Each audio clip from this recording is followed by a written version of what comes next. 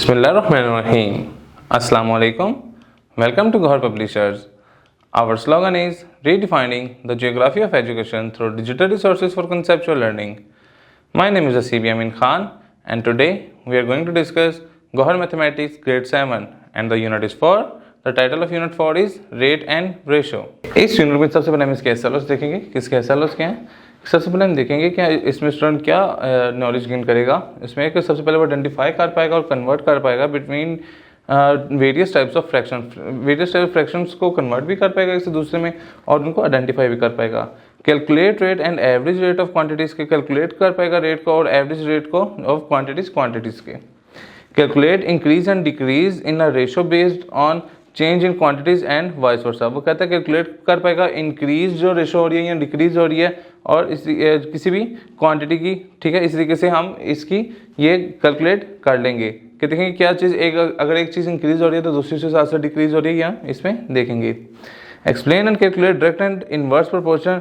अब वो कहता है हम इसमें डायरेक्ट प्रोपोर्शन को भी देखेंगे, इसको एक्सप्लेन करेंगे और इसको रिजोल्व भी करेंगे और इनवर्स प्रोपोर्शन को भी देखेंगे। सॉल्व रियल वर्ड प्रॉब्लम्स भी हम इसमें देखेंगे। Relate to direct and inverse proportion जिसमें रिवर्स प्रोपोर्शन और डायरेक्ट प्रोपोर्शन इसमें शामिल होगी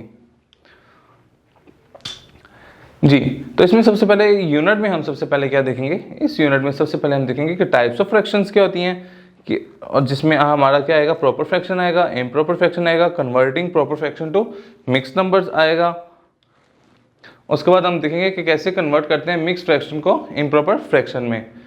साथ हम इसके एग्जांपल्स भी देखते जाएंगे। फिर हम देखेंगे कि इक्विवेलेंट फ्रैक्शंस क्या होती हैं और फिर उसको हम देखेंगे उसके एग्जांपल के थ्रू इसको अंडरस्टैंड करेंगे। फिर हम देखेंगे कि यूनिट फ्रैक्शन क्या होता है। फिर हम देखेंगे लाइक और अनलाइक फ्रैक्शंस में क्या डिफरेंस है। फिर हम देखेंगे फ्रैक्शन इन लोएस्ट टर्म कैसे बनाते हैं। इसके बाद हम देखेंगे रेशो देखेंगे। रेशो के बाद हम देखेंगे रेट। फिर रेशो और रेट में हम डिफरेंस को देखेंगे और उसके बाद हम देखेंगे कि एवरेज रेट क्या होती है। इसके बाद हम देखेंगे कि increase and decrease in ratio due to changing in quantities के क्वांटिटीज़ के अंदर चेंज करने से कैसे कोई रेशो इंक्रीज या डिक्रीज होती है। उसके बाद हम प्रोपोर्शन को देखेंगे। प्रोपोर्शन का फॉर्मूला देखेंगे जिसमें लिखा हुआ है product of extreme is equal to product of mean. उसके बाद हम इसमें देखेंगे डायरेक्ट प्रोपोर्शन क्या होती है, हम उसके एग्जांपल्स को देखेंगे। उसके बाद हम देखेंगे इन्वर्स प्रोपोर्शन क्या होता है, उसके एग्जांपल्स को देखेंगे और फिर इसके प्रैक्टिस के लिए हम एक्सरसाइज 4.1 करेंगे। 4.1 करने के बाद फिर हम इसकी समरी की तरफ मूव करेंगे।